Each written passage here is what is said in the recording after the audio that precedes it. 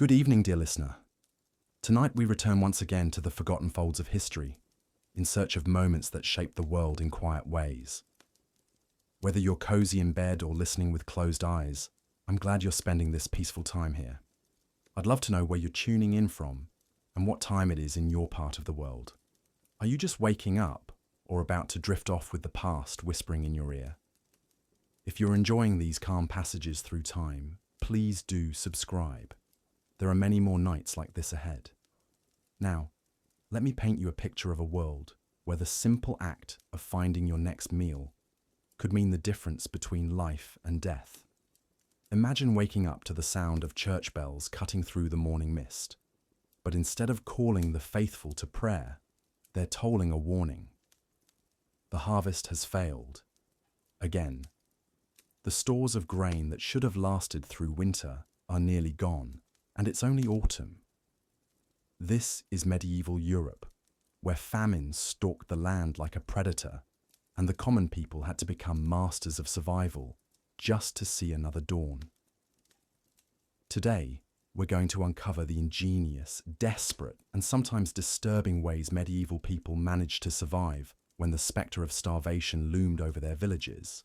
These weren't just random acts of desperation. Over centuries of recurring famines, medieval communities developed sophisticated survival strategies that reveal the remarkable resilience of the human spirit. From the careful rationing systems that could stretch meager supplies for months, to the forage foods that could keep a family alive when all else failed, to the social networks that meant the difference between community survival and total collapse. But perhaps most fascinating of all, we'll discover how medieval people didn't just survive famines.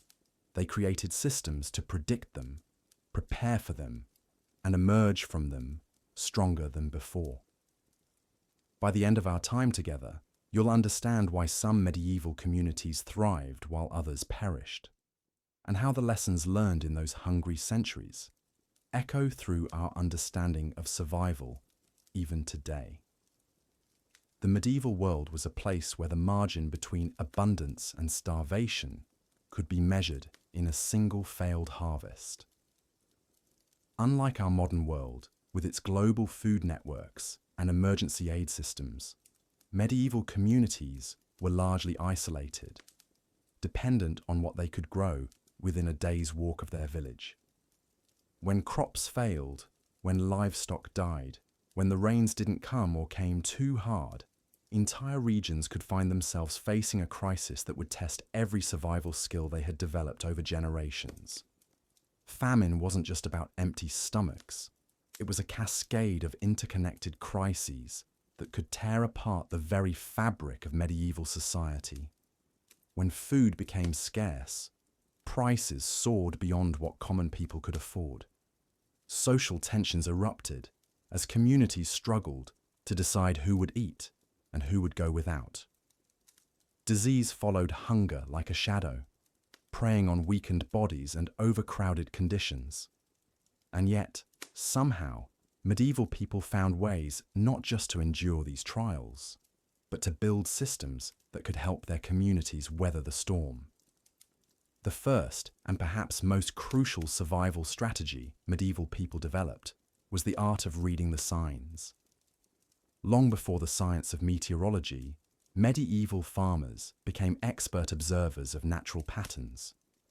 They watched the behavior of animals, noted the thickness of tree bark, observed the timing of bird migrations, and tracked the phases of the moon with an accuracy that would impress modern scientists. These weren't superstitions, but carefully developed systems of prediction based on generations of observation. Village elders maintained detailed mental records of weather patterns, crop yields, and survival strategies that had worked in previous famines. They knew that certain combinations of weather signs meant trouble was coming, sometimes months in advance. A particularly harsh winter followed by a late spring. Unusual insect behavior, or changes in the color and timing of autumn leaves, could all signal that the next harvest might fail. This early warning system gave communities precious time to prepare. When the signs pointed toward potential famine, medieval communities activated a complex web of preparation strategies that had been refined over centuries. The first priority was always food preservation and storage. Medieval people were masters of making food last, using techniques that we're only now rediscovering in our modern world. They knew exactly how to salt meat so it would remain edible for months, how to dry fruits and vegetables to concentrate their nutrients, and how to store grains in ways that would protect them from moisture, pests, and theft. But preservation was just the beginning. Medieval communities also maintained detailed knowledge of what we might call famine foods, plants, roots, bark, and other natural resources that could sustain life when traditional crops failed. Every village had its foragers, usually older women, who had inherited generations of knowledge about which wild plants were edible, which parts of trees could be ground into flour, and how to prepare foods that might otherwise be toxic or indigestible. The social dimension of famine survival was perhaps even more sophisticated than the technical aspects. Medieval communities developed intricate systems of mutual aid and resource sharing that could help everyone survive even the worst shortages. These weren't just informal arrangements between neighbors, but carefully structured agreements that had been tested and refined through previous crises. During times of plenty, communities would establish what we might think of as insurance systems. Wealthier families would contribute extra grain to communal stores, knowing that in exchange they could count on community support if their own fortunes turned. The church played a crucial role in these networks, not just as a moral authority encouraging charity, but as a practical coordinator of resources and aid. When famine struck, these social networks activated with remarkable efficiency. Food would be rationed not just within individual families, but across entire communities. Decisions about who received how much food were made collectively, taking into account factors like age, health, pregnancy, and the essential work someone performed for community survival. It wasn't always fair by our modern standards, but it was a system designed to maximize the number of people who would survive until the next harvest. The medieval approach to famine survival also included remarkable innovations in food production and resource management. When traditional crops failed, communities knew how to quickly shift to alternative food sources that could be grown or gathered more reliably. They maintained seed stocks of hardy grains that could grow in poor conditions, knew which wild plants could be cultivated quickly, and had systems for managing livestock that could provide protein even during the worst shortages. Medieval people understood something that we sometimes forget in our modern abundance, that survival often depends not on having the best of everything, but on having enough of what you need and knowing how to make it last. Their approach to famine survival was built on redundancy, flexibility, and community cooperation in ways that offer profound lessons for our own uncertain times. As we continue our exploration of medieval survival strategies, we'll discover how these remarkable people turned the darkest chapters of their history into opportunities for innovation, community building, and resilience that would serve them for generations to come.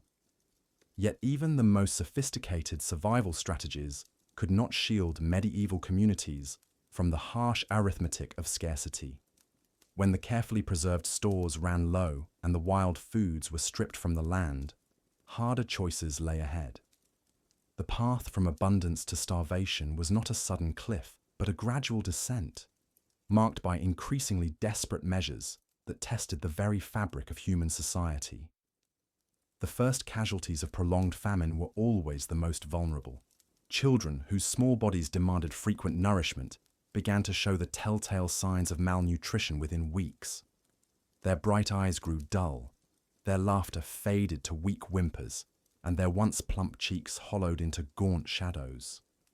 Mothers would portion out ever smaller meals, saving the choicest morsels for their little ones while gnawing on scraps of bread so hard they could barely be chewed. The elderly, already weakened by years of toil, found their strength ebbing away like water through cracked earth. In these darkest hours, communities faced choices that would have been unthinkable in times of plenty. Families began to fracture under the weight of impossible decisions. Should the last handful of grain go to the strongest son, who might yet survive to work the fields when abundance returned, or to the weakest child who would surely perish without it? Some parents made the agonizing choice to abandon infants they could no longer feed, leaving them at monastery gates with desperate prayers that the holy brothers might find sustenance where they could not. The social hierarchies that had seemed so rigid in times of plenty began to crumble like poorly mortared stone. Desperate peasants, driven by the primal need to feed their families, began to eye the granaries of their lords with new calculation. The respect and deference that had bound the feudal system together for generations dissolved in the face of empty stomachs and dying children. Riots erupted as starving crowds stormed the estates of nobles, demanding access to stores that had been carefully hoarded while common folk perished. Yet even as some communities descended into chaos, others discovered reservoirs of resilience that surprised even themselves. In the villages where mutual aid networks had been strongest before the famine, new forms of cooperation emerged from the crucible of shared suffering. Neighbours who had once competed for the best plots of land now pooled their remaining resources with mathematical precision, calculating how to stretch every last grain to keep the maximum number of people alive until the next harvest. The church, despite its own struggles with dwindling tithes and empty coffers, often served as the backbone of these collective survival efforts. Monasteries became islands of organization in seas of chaos, their disciplined communities uniquely equipped to manage scarce resources with methodical care. Monks who had spent years practicing the spiritual discipline of fasting now applied that same austere wisdom to the grim mathematics of rationing. They established soup kitchens that served thin but nutritious broths to endless lines of hollow-eyed supplicants, each portion carefully measured to provide just enough sustenance to sustain life without depleting the precious stores too quickly. The psychological toll of prolonged hunger was perhaps even more devastating than the physical effects. As weeks turned to months of inadequate nutrition, the very personalities of the starving began to change. Kind-hearted farmers became suspicious and paranoid, hoarding scraps of food with the intensity of misers counting gold. Children learned to lie about their hunger with disturbing skill, while adults found themselves capable of betrayals that would have horrified their well-fed selves. The constant gnawing pain of empty stomachs was accompanied by an even more insidious erosion of hope, as people began to wonder if the suffering would ever end. Yet amid this landscape of desperation, individual acts of heroism shone like candles in the darkness. There were those who shared their last crusts of bread with strangers, who carried water to the sick when they could barely stand themselves, who sang lullabies to orphaned children even as their own voices grew weak with hunger. These quiet saints, whose names history has largely forgotten, kept the flame of human dignity alive when everything else seemed to be failing. The strategies for survival during the worst phases of famine required a complete reimagining of what constituted food. Tree bark, carefully prepared and ground into a coarse flour, became a staple in many households. The inner bark of birch, pine and oak trees, when properly processed, could provide enough nutrition to keep people alive, though it offered little satisfaction to cramping stomachs. Grass and leaves were boiled into bitter teas that provided some vitamins, while roots and tubers that would normally be left for animals became precious commodities fought over in forest clearings. Even leather goods were not spared from the desperate search for sustenance. Old shoes, belts and harnesses were boiled for hours to extract whatever protein might remain in the hide. The resulting broth was thin and unpalatable, but it represented calories that could mean the difference between life and death. Some communities developed elaborate techniques for preparing these unconventional foods, sharing knowledge that passed from household to household, like secret recipes for survival. The psychological adaptations required for consuming such desperate fare were profound.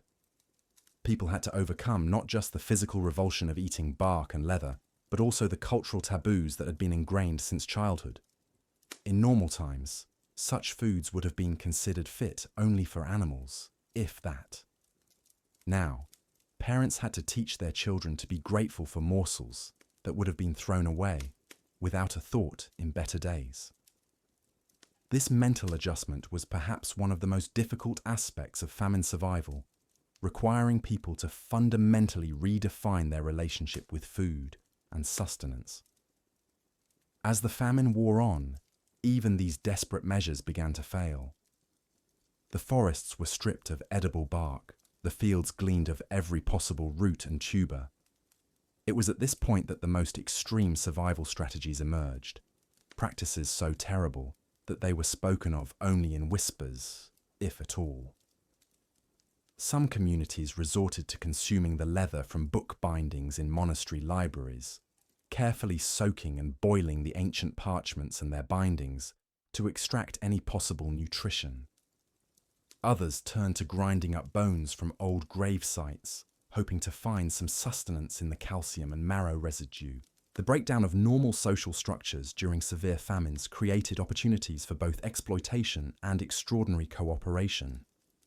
Unscrupulous merchants and nobles sometimes hoarded grain and other foodstuffs, waiting for prices to reach astronomical levels before releasing their stores to desperate buyers. These profiteers grew wealthy while their neighbours starved, creating resentments that could last for generations.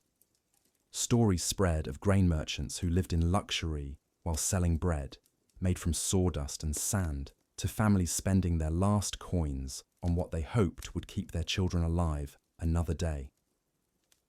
Conversely, some communities developed innovative systems of mutual support that demonstrated the highest ideals of human cooperation. Villages created collective kitchens where every family contributed whatever they could find, no matter how meagre, to a common pot that was shared equally among all residents. These communal meals served not just nutritional needs, but also psychological ones, providing a sense of solidarity and shared purpose that helped people endure the darkest days of the famine. The role of women during these crises cannot be overstated. With their traditional responsibilities for managing household food supplies, women often became the architects of family survival strategies. They developed encyclopedic knowledge of which plants could be safely consumed, how to prepare unconventional foods to make them palatable and nutritious, and how to stretch tiny amounts of real food to feed large families. Mothers became expert at hiding their own hunger, secretly redistributing their portions to their children while maintaining the pretense that they had eaten their fill. Women also served as the primary networks for sharing survival information throughout communities. They gathered at wells and market squares, trading knowledge about new sources of food, techniques for preparation, and strategies for keeping families together during the worst times. These informal networks of information sharing were often more effective than official channels, as they were based on trust, shared experience, and the desperate need to keep loved ones alive. The physical landscape itself bore witness to the extremity of famine conditions. Fields that had once been carefully tended showed signs of desperate scavenging, with every possible edible plant harvested down to the roots. Forests displayed the telltale marks of bark harvesting, with trees stripped of their outer layers, in neat methodical patterns that spoke to the organized desperation of hungry communities. Even roadside weeds and grasses showed signs of repeated harvesting, as people ventured further and further from their homes in search of anything that might provide sustenance. The psychological landscape was equally scarred by the experience of extreme hunger. People who survived severe famines often carried the trauma with them for the rest of their lives, developing obsessive relationships with food and an inability to ever feel truly secure about their next meal. Children who lived through these experiences grew into adults who hoarded food compulsively, unable to throw away even the smallest scraps for fear that hunger might return. These psychological adaptations, while understandable, created their own forms of suffering that persisted long after the immediate crisis had passed. Yet perhaps the most remarkable aspect of human survival during medieval famines was not the extremity of the measures people took, but their ability to maintain their humanity even in the face of such desperate circumstances. Even when reduced to eating tree bark and boiled leather, communities found ways to preserve dignity, compassion, and hope. They continued to care for the sick, to comfort the dying, and to plan for a future that seemed impossibly distant. This resilience of the human spirit, tested in the crucible of extreme adversity, represents perhaps the most important survival strategy of all. The children who lived through these famines carried forward not just the trauma of their experiences, but also the knowledge and wisdom that had kept them alive. They became the repositories of survival techniques, the keepers of hard-won understanding about how communities could endure when everything seemed lost. Their stories, passed down through generations, served as both warning and instruction, ensuring that future communities would be better prepared for the inevitable return of scarcity. In this way, the most extreme periods of medieval famine became laboratories of human resilience, testing grounds where the fundamental capacity for survival was refined and strengthened. The strategies that emerged from these crucibles of desperation were not just techniques for finding food in impossible circumstances, but blueprints for maintaining community, preserving hope, and protecting the most vulnerable, even when resources seemed entirely exhausted. Yet even as communities adapted to these harsh realities of scarcity and rationing, the most desperate times called for the most desperate measures. When the carefully stored grain ran out, and the last preserved meat had been consumed, when even the bark bread became a luxury beyond reach, medieval people were forced to confront choices that would have been unthinkable in times of plenty. The transformation began slowly, almost imperceptibly. First, it was the leather. Shoes, belts, saddles, anything made from animal hides suddenly took on a new purpose. These weren't just discarded items to be thrown away. They were potential sustenance. Medieval people would boil leather goods for hours, sometimes days, until the tough material began to break down into something resembling soup. The resulting broth was thin, bitter, and barely nutritious, but it filled empty stomachs and provided the psychological comfort of having eaten something. But leather was just the beginning. As famine tightened its grip, communities turned to sources of nutrition that challenged every social norm and cultural boundary they had previously held sacred.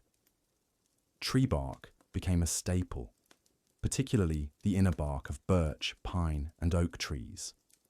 People would strip away the rough outer layer to reach the softer cambium underneath, grinding it into a coarse flour that could be mixed with whatever meager supplies remained. The process was labor-intensive and dangerous. Harvesting bark required knowledge that had to be learned quickly. Too much bark removed from a single tree would kill it, eliminating a future food source. Too little, and families would starve. Medieval people developed techniques for sustainable bark harvesting, rotating between different trees and different areas of forest, always thinking ahead to next year's potential famine. Even more desperate was the consumption of sawdust and wood shavings. Carpenters' workshops became valuable resources, not for their tools or finished goods, but for the piles of wood waste that accumulated from their work. This material would be boiled repeatedly, strained, and mixed with any available plant matter to create a substance that could technically be consumed, though it provided virtually no nutritional value and often caused severe digestive problems. Perhaps most challenging to our modern sensibilities was the systematic consumption of things we would never consider food. Bones that had already been stripped of meat were cracked open for their marrow, then ground into powder and mixed into gruels. Old bones from previous meals, bones found in fields, even bones dug up from refuse pits, all became potential sources of nutrition. Medieval people developed elaborate processes for extracting every possible nutrient from skeletal remains. Grass and weeds that were normally fed to livestock suddenly found their way onto human tables. Dandelions, nettles, wild garlic, anything green that could be safely consumed became precious. Children as young as 5 or 6 learned to identify edible plants, becoming expert foragers who could distinguish between nutritious weeds and potentially poisonous ones. This knowledge often meant the difference between life and death for entire families. The psychological toll of these dietary changes cannot be overstated. Medieval people weren't simply switching from one type of food to another. They were fundamentally redefining what constituted food itself. Cultural taboos that had existed for generations were systematically dismantled in the face of starvation. Religious prohibitions were set aside. Social hierarchies based on what different classes were allowed to eat simply collapsed when survival became the only consideration. This transformation wasn't just about individual choices. It required entire communities to collectively agree that their previous understanding of acceptable food was no longer valid. Village elders who had spent their lives maintaining social order through food customs now had to lead the charge in abandoning those very customs. Priests who had preached about proper Christian dietary practices found themselves blessing meals made from tree bark and boiled leather. The process created new forms of knowledge and expertise. Certain individuals became specialists in famine foods, learning which preparations were most nutritious, which combinations were least likely to cause illness, and which techniques could extract the maximum caloric value from unlikely sources. These specialists were often women who took their traditional role as food preparers and expanded it into realms that had never been necessary before. Children who lived through these famines developed entirely different relationships with food than their parents had known. They learned that anything organic could potentially be consumed if prepared correctly. They developed strong stomachs and flexible attitudes toward what constituted a meal. These children often became the most skilled famine survivors in their communities, carrying forward knowledge that would prove invaluable during future food shortages. The transformation also created new social dynamics around sharing and hoarding. When food becomes so scarce that people are eating bark and leather, the social rules around generosity and selfishness become incredibly complex. Some families shared their knowledge of famine foods freely, teaching neighbors how to prepare edible meals from unusual sources. Others guarded their techniques jealously, viewing their expertise as a competitive advantage in the struggle for survival. Markets and trade systems adapted to these new realities as well. Merchants who had previously dealt in grain and meat found themselves trading in tree bark, leather scraps, and unusual plant materials. New economies emerged around waste products that had previously been discarded. The hierarchy of food value was completely restructured, with rare items like a handful of grain becoming more valuable than traditional luxury goods. But perhaps most remarkably, medieval people didn't just passively accept these dietary changes. They actively worked to make their famine foods as palatable and nutritious as possible. They developed recipes, cooking techniques, and preparation methods that maximized both the nutritional value and the psychological comfort provided by their meals. They created rituals around the consumption of unusual foods, maintaining the social aspects of eating even when the food itself was completely foreign to their traditional culture. The evidence of these adaptations can be found in medieval cookbooks and household records from famine periods. These documents reveal detailed instructions for preparing tree bark, methods for making leather more digestible, and recipes that combined multiple famine foods into more substantial meals. They show that medieval people approached their survival with creativity, intelligence, and a remarkable willingness to completely reimagine their relationship with food when circumstances demanded it. This wasn't just about physical survival. It was about maintaining human dignity and community bonds, even in the face of circumstances that seemed designed to strip away everything that made life worth living. Beyond the desperate search for famine, foods lay a complex social response that would determine who lived and who died. When the familiar sources of sustenance failed, medieval communities didn't simply collapse into chaos. Instead, they activated carefully developed networks of mutual aid and resource sharing that had been refined through generations of hardship. The church bells that normally called villagers to prayer now rang out with urgent patterns that signaled the beginning of rationing protocols. Village elders convened emergency councils where every stored grain, every hidden cache of preserved meat, every jar of pickled vegetables was accounted for and redistributed according to need. Families with young children received priority, followed by pregnant women and the elderly who possessed crucial survival knowledge. The blacksmith who knew how to fashion tools from scraps of metal, the herbalist who could identify edible plants, the carpenter who could repair damaged storage containers. These individuals were kept fed not out of favoritism, but because their skills were essential for community survival. Women, in particular, became the backbone of these survival networks. They organized communal kitchens where meager ingredients could be stretched into thin but nourishing soups that fed dozens. They traded recipes for making bread from ground acorns, for preparing nettle stew, for creating filling porridge from whatever grains could be scrounged. Their knowledge of food preservation techniques meant the difference between a family making it through winter or perishing before spring's first green shoots appeared. Children, meanwhile, became expert foragers under their mother's guidance. They learned to distinguish between the sweet inner bark of birch trees and the bitter bark of oak. They discovered which mushrooms could safely supplement the family pot and which would bring swift death. They memorized the locations of every wild apple tree, every patch of edible weeds, every stream where minnows might be caught with improvised nets woven from grass. The psychological transformation that accompanied these survival measures was perhaps as remarkable as the physical adaptations. Communities that had observed strict social hierarchies in times of plenty found themselves operating under entirely different rules. The Lord's grain stores, traditionally off-limits to peasants, might be opened and shared when starvation threatened everyone equally. Religious prohibitions against eating certain foods during Lent were quietly set aside when people faced death from hunger.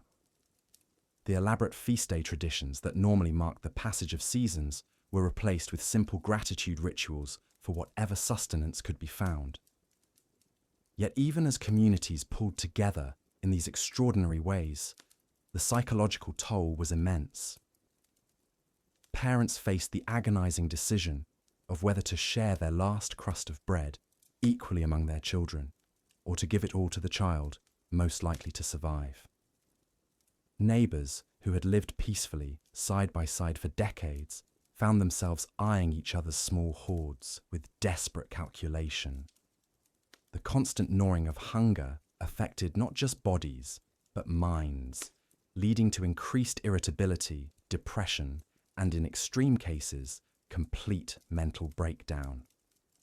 Some individuals responded to the stress by becoming almost manic in their survival efforts, spending every waking moment searching for food, hoarding even the smallest scraps, and developing elaborate rituals around the preparation and consumption of their meager meals. Others withdrew entirely, conserving their energy by moving as little as possible and speaking only when necessary.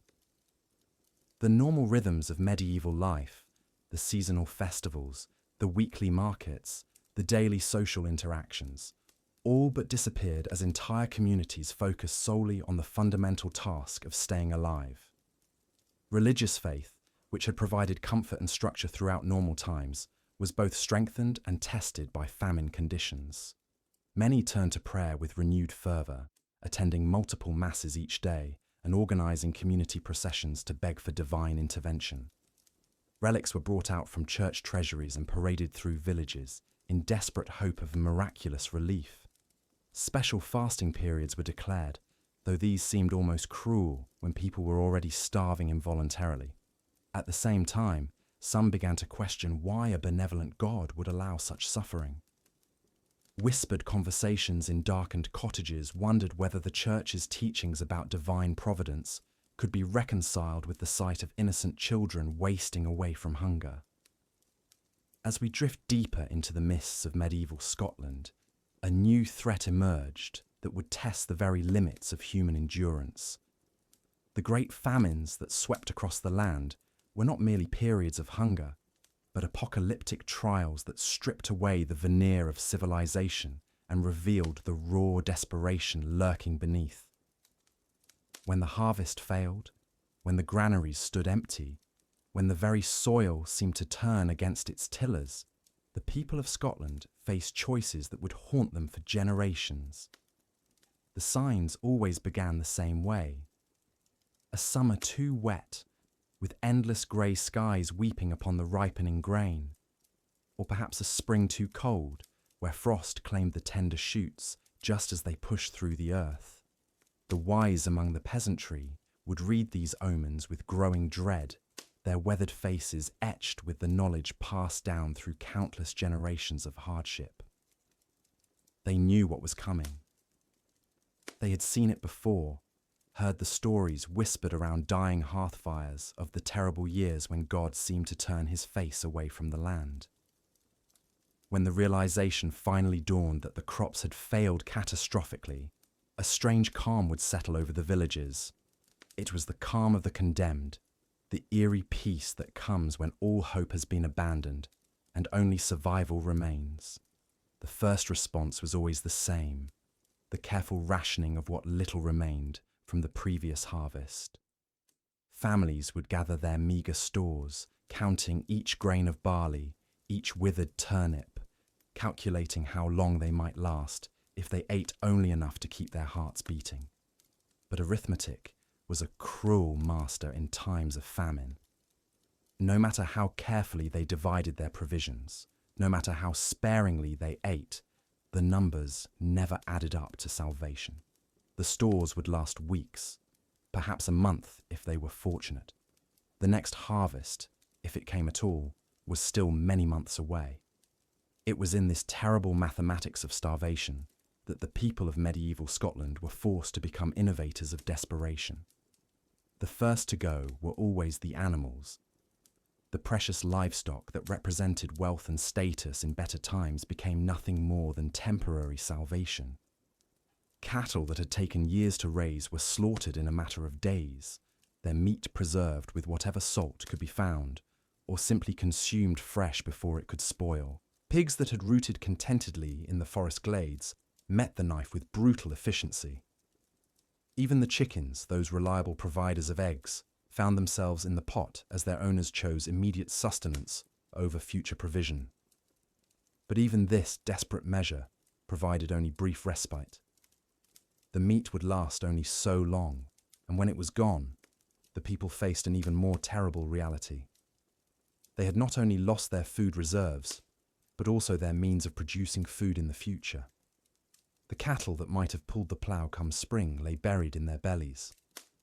The pigs that could have provided piglets for the next season had been consumed in a few desperate weeks. They had quite literally eaten their future. It was then that the true horror of medieval famine revealed itself. When the last scrap of meat had been consumed, when the final grain had been ground into a watery gruel, the people turned to foods that would have been unthinkable in times of plenty.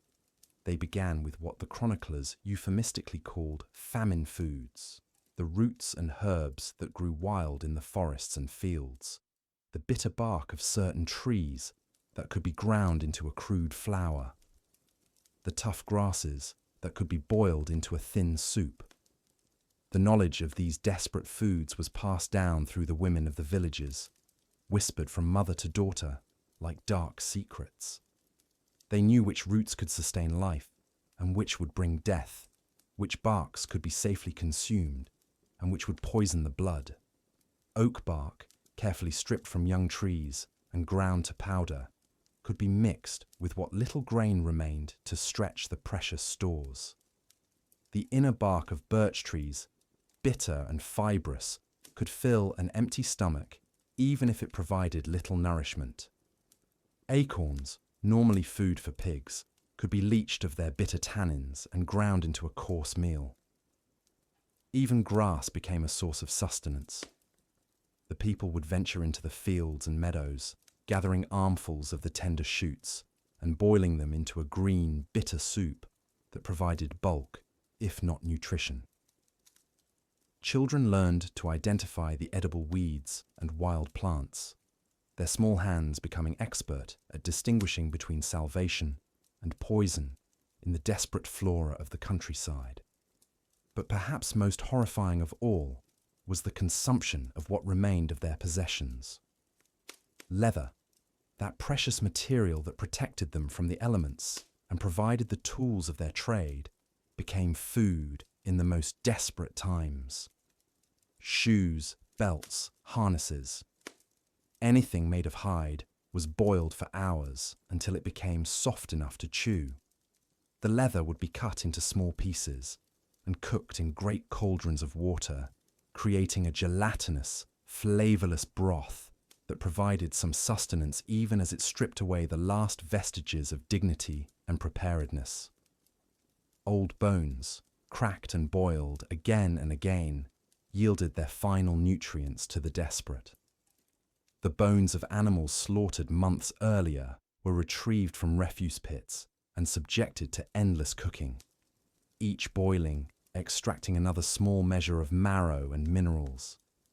Even bones that had been picked clean and discarded were gathered up and processed, ground to powder, and mixed with whatever else could be found to create a gritty, chalk-like substance that could fill the gnawing emptiness in their bellies. The psychological toll of these desperate measures was perhaps even more devastating than the physical hunger. To consume the bark of trees was to acknowledge that you had fallen below the level of human dignity, that you had joined the ranks of the beasts who foraged in the forest. To boil your shoes for sustenance was to admit that you had abandoned any hope of maintaining the basic necessities of civilized life. Each bite of grass, each swallow of leather broth, was a small death of the spirit, even as it provided temporary life to the body. Yet even in these darkest moments, the bonds of community often proved stronger than the pull of individual survival. Neighbours would share their knowledge of famine foods, teaching each other which plants were safe and which preparation methods might make the inedible barely edible. Women would gather in groups to process the bark and roots, their collective wisdom and labour making the impossible task of survival slightly more manageable. The children suffered most of all, their growing bodies unable to extract sufficient nutrition from these desperate foods. They would develop the characteristic appearance of famine victims, the distended bellies that spoke of constant hunger, poorly filled with indigestible matter, the stick-thin limbs that seemed barely able to support their weight, the hollow eyes that held depths of suffering no child should ever know. Many simply wasted away, despite the desperate efforts of their parents, their small bodies unable to survive on tree bark and boiled leather. Religious faith became both a comfort and a torment during these times. The church taught that suffering was a test of faith, that God's plan was beyond human understanding. Some found solace in this teaching, believing that their endurance of such trials would be rewarded in the afterlife. Others questioned how a benevolent God could allow such suffering to befall his faithful servants. The consumption of foods so far removed from God's intended bounty seemed almost blasphemous, yet the alternative was death. As these terrible famines stretched on, sometimes for years at a time, the very fabric of society began to unravel. The social hierarchies that had seemed so permanent and God-ordained began to collapse under the weight of universal hunger. Lords found themselves as desperate as their serfs, their stores exhausted, and their authority meaningless in the face of starvation. The elaborate rituals and customs of medieval life gave way to the brutal pragmatism of survival. Trade networks collapsed as communities turned inward, hoarding what little they had, rather than engaging in commerce. The roads that had once carried merchants and pilgrims became dangerous pathways, where desperate bands of starving people might attack travelers for whatever food they carried. The bonds of kinship and loyalty that held clans together were strained to the breaking point as families faced the terrible choice between sharing their meager resources and ensuring their own survival. Yet perhaps, most remarkably, many communities not only survived these ordeals, but emerged with their essential humanity intact.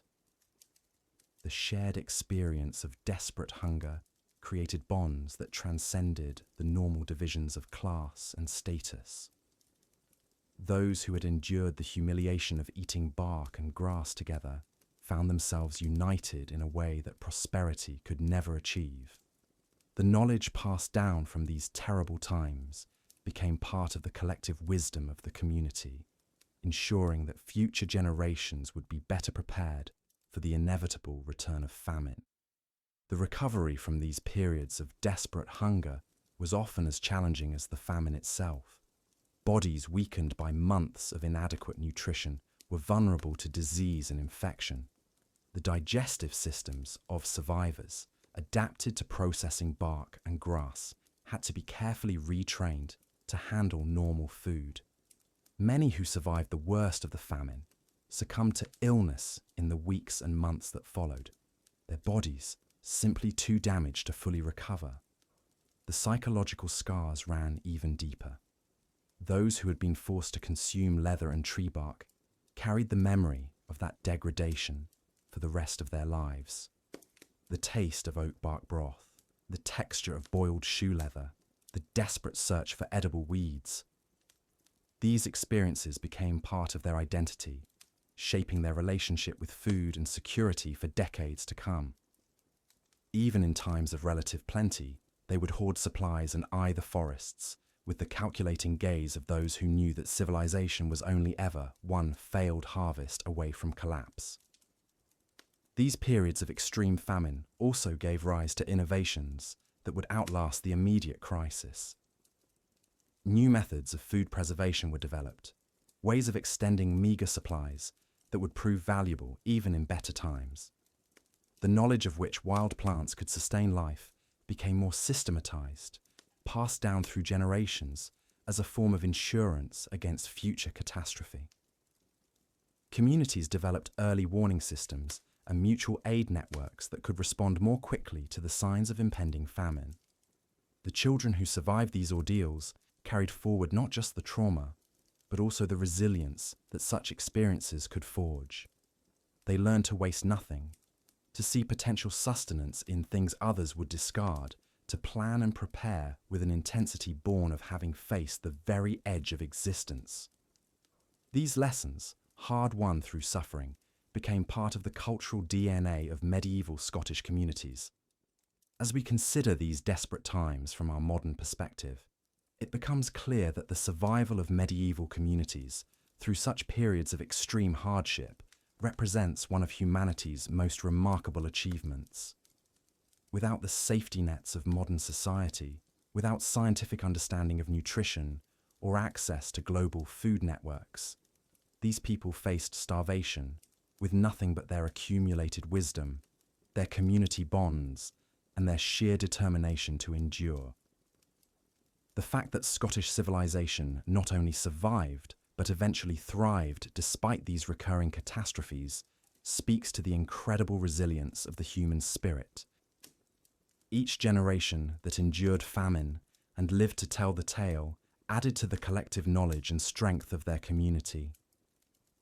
But survival during these prolonged famines required more than just individual resourcefulness. It demanded a complete transformation of how medieval communities operated, how they thought about food, and how they prepared for the unthinkable. The most successful villages weren't just those with the best stores or the most fertile land. They were the ones that could adapt their entire social fabric to the reality of prolonged scarcity. Take the village of Thornwick, nestled in the Yorkshire Dales during the devastating famine of 1315 to 1322. What set this community apart wasn't their wealth or their geographic advantages. It was their willingness to completely reimagine how a medieval society could function when pushed to its absolute limits. When the first signs of crop failure became apparent in the spring of 1315, the village elders didn't simply pray for better weather and hope for the best. They convened what they called the Council of Necessity, a revolutionary gathering that brought together not just the usual suspects, the Lord Steward, the parish priest, and the village reeve, but also the wise women, the oldest farmers, the miller, the blacksmith, and even representatives from the poorest families. This council implemented what we might recognize today as a comprehensive disaster management plan, but executed with medieval tools and medieval understanding. First, they established the Great Inventory, a meticulous accounting of every scrap of food, every seed, every tool, and every skill within the village boundaries. Women who had previously been dismissed from formal decision-making suddenly found their knowledge of herb law and food preservation elevated to matters of life and death. Children were organized into foraging brigades, their small hands perfect for gathering the tiny seeds and roots that adults might overlook. But perhaps most remarkably, Thornwick implemented what they called the Hunger Laws, a complete restructuring of social hierarchy based not on birth or wealth, but on contribution to collective survival. The Lord's own table was subject to the same rationing as the poorest serf. The village priest gave up his traditional tithe of grain, instead receiving payment in the form of shared meals at communal kitchens. Even marriage customs adapted, with couples choosing to delay ceremonies not out of lack of love, but because every mouth that could be fed elsewhere meant more resources for those who remained. The psychological toll of these adaptations cannot be overstated. Medieval people had lived for generations with certain assumptions about how the world worked, about the natural order of society, about the rhythm of seasons and harvests. Prolonged famine didn't just threaten their bodies, it shattered their entire worldview. Chronicles from the period describe not just physical hunger, but a kind of spiritual starvation, a crisis of faith that went far beyond religious doubt. In the monastery of St. Edmundsbury, Brother Thomas recorded what he called the hunger madness that overtook some during the worst months of 1317.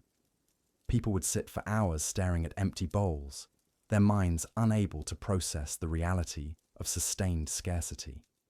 Others developed what we might recognize today as hoarding behaviors, secreting away tiny portions of food in hidden places, sometimes forgetting where they'd hidden them, and starving while sustenance rotted mere feet away. Yet it was precisely this psychological pressure that forced some of the most innovative survival strategies. The village of Little Compton developed what they called feast memories, elaborate communal storytelling sessions where villagers would describe in vivid detail the meals they remembered from better times. What started as a form of torture, tormenting hungry people with descriptions of food they couldn't have, evolved into something far more sophisticated.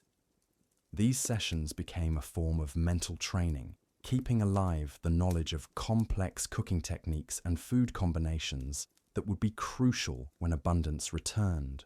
More practically, the detailed descriptions helped villagers remember the location of forgotten food stores, the timing of when certain wild foods became available, and the techniques their grandparents had used during previous famines. Memory became a survival tool, and the community's collective recollection became a form of insurance against complete cultural collapse. The adaptation of work patterns during prolonged famine reveals just how flexible medieval society could be when survival demanded it.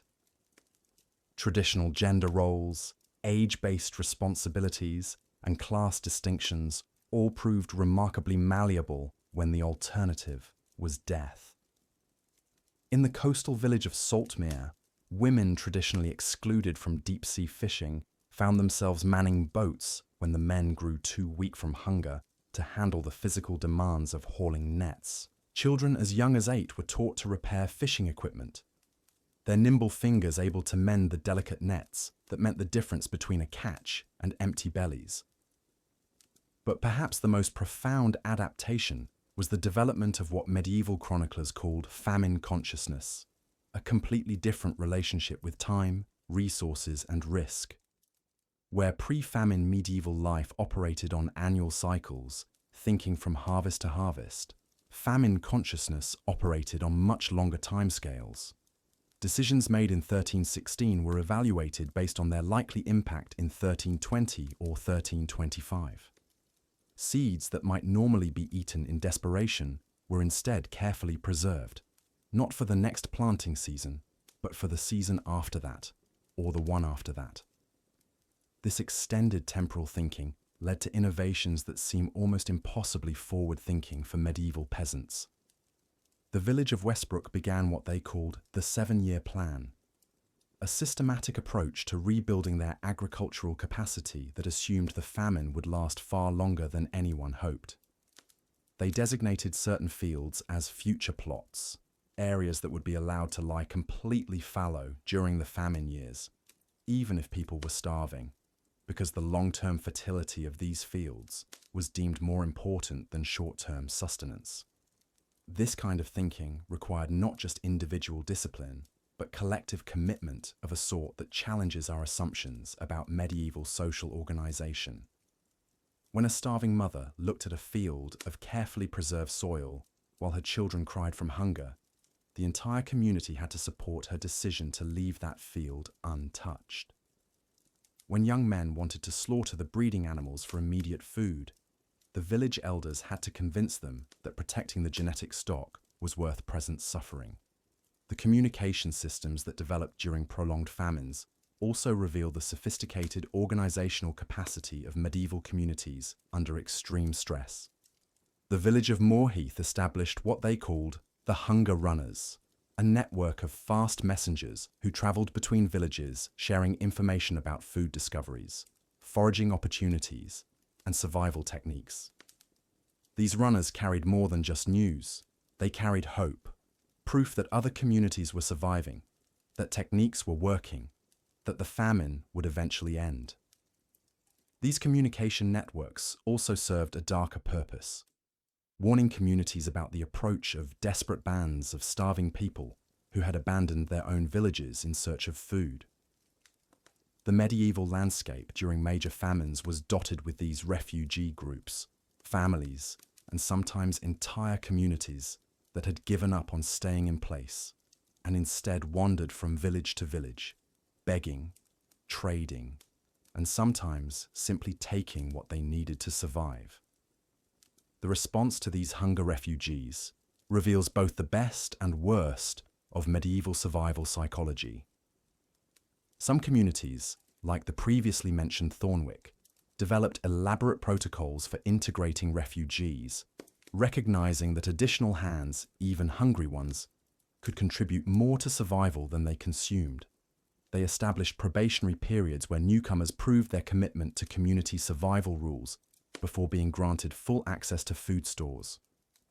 Other communities turned inward, developing what chronicles describe as siege mentality, treating any outsider as a threat to their carefully managed resources.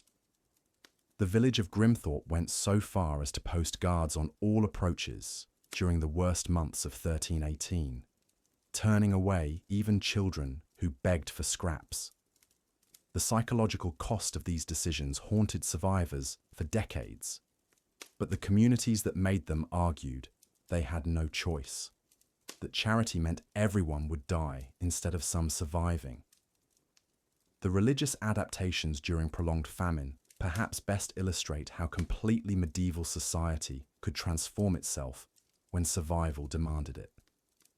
Traditional church teachings about charity, about caring for the poor, about trusting in divine providence, came into direct conflict with the practical necessities of rationing and resource management. Some priests, like Father Benedict of Millfield, completely restructured their theological approach, preaching what he called the gospel of preservation, arguing that God expected communities to make hard choices to ensure some survived, rather than allowing all to perish through misguided generosity. Other religious leaders took the opposite approach, like the remarkable Sister Marguerite of Blackmore Abbey, who opened the monastery's doors to any who sought shelter, arguing that faith meant trusting God to provide even when human calculation suggested resources were insufficient. Remarkably, contemporary accounts suggest that communities following both approaches sometimes succeeded, suggesting that the psychological and social benefits of a clear, committed strategy mattered as much as the specific content of that strategy. The technological innovations born from famine necessity also demonstrate the impressive adaptive capacity of medieval communities. The village of Ironbridge developed what they called hunger tools, specialized implements designed specifically for famine conditions. These included ultrafine sieves for extracting every possible grain of nutrition from husks and chaff, specialized digging tools for reaching deep roots, and grinding stones capable of processing materials that would normally be considered inedible. Perhaps most ingeniously, they developed what they termed efficiency fires, heating systems that could extract maximum warmth and cooking capacity from minimal fuel.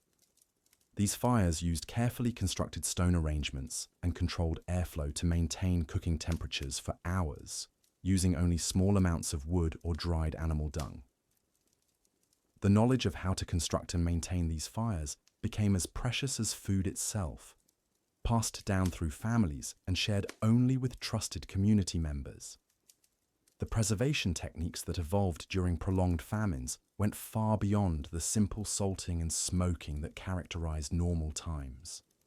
Medieval communities developed sophisticated understanding of controlled fermentation, creating foods that could last for years while actually improving in nutritional value. The process of making what they called famine cheese involved controlled bacterial cultures that could transform even spoiled milk into edible, nutritious food that would keep for months. Similarly, they perfected techniques for what we might recognize as primitive freeze-drying, using the cold winters and dry winds to create preserved foods that retained far more nutritional value than traditional preservation methods. These techniques required precise timing, careful monitoring, and deep understanding of weather patterns, turning food preservation from a simple craft into a sophisticated science. The social innovations that emerged during these extended survival periods reveal perhaps the most remarkable aspect of medieval famine adaptation. Communities learned to function with decision-making processes that balanced individual needs against collective survival in ways that had no precedent in normal times. The village of Westmarch developed what they called the Hunger Parliament, a daily meeting where every adult could voice concerns, propose solutions, and participate in decisions about resource allocation. These weren't the formal hierarchical meetings that characterized normal medieval governance, but urgent practical sessions where a peasant woman's knowledge of herb properties might override a lord's traditional authority, where children's observations about animal behavior could influence major community decisions. The Hunger Parliament operated on principles of contribution rather than birth, of practical knowledge rather than formal education, of immediate utility rather than traditional status. What made these social adaptations sustainable over the years-long duration of major famines was their ability to maintain morale and hope while making incredibly difficult decisions. The Hunger Parliament of Westmarch established what they called future talking, dedicated time in each meeting for discussing not just immediate survival needs, but plans and dreams for what they would do when the famine ended.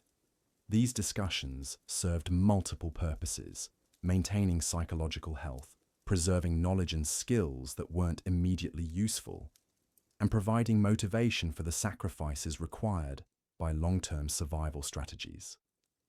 The children born during these prolonged famines, sometimes called hunger babies in the chronicles, grew up with survival skills and psychological resilience that amazed adult survivors.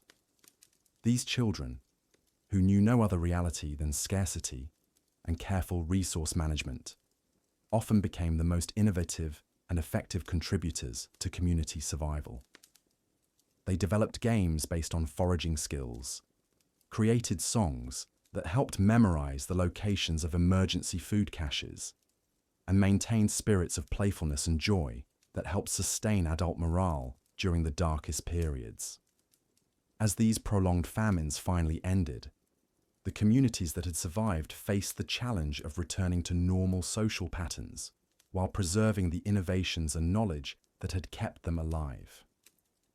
Some, like Thornwick, chose to maintain many of their famine adaptations permanently, arguing that the improvements in community cooperation and resource management were valuable regardless of external circumstances. Others, exhausted by the psychological strain of crisis living, eagerly abandoned their survival protocols and returned to traditional patterns as quickly as possible. But all bore the mark of their experience, a deep understanding of human capacity for adaptation, innovation, and mutual support that would influence their communities for generations. The children who had grown up during the famines carried forward not just survival techniques, but an entirely different understanding of what communities could accomplish when survival demanded it. They had seen social hierarchies dissolve and reform based on practical contribution, witnessed the power of collective decision-making under extreme stress, and learned that human societies could transform themselves completely when the alternative was extinction. These prolonged famine experiences created a legacy of resilience and adaptability that extended far beyond the immediate survival period. The villages that had successfully navigated years of scarcity became models for other communities. Their innovations and social structures studied and copied throughout medieval Europe. Looking at the medieval famine survival strategies we've explored so far, we now turn to perhaps the most crucial aspect of community resilience during times of extreme scarcity: the intricate social mechanisms that determined who lived and who died when resources dwindled to almost nothing. As harvest failures stretched into their second and third years, medieval communities faced agonizing decisions that would test the very fabric of their social bonds.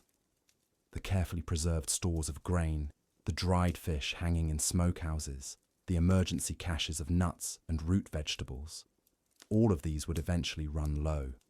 When that happened, survival became less about individual resourcefulness and more about the complex web of obligations, hierarchies, and unspoken agreements that held medieval society together. The most harrowing aspect of prolonged famine was how it forced communities to make impossible choices about resource allocation. Village councils, manor lords, and even family patriarchs found themselves in the position of playing God, deciding who would receive the last portions of bread and who would be left to forage for bark and weeds.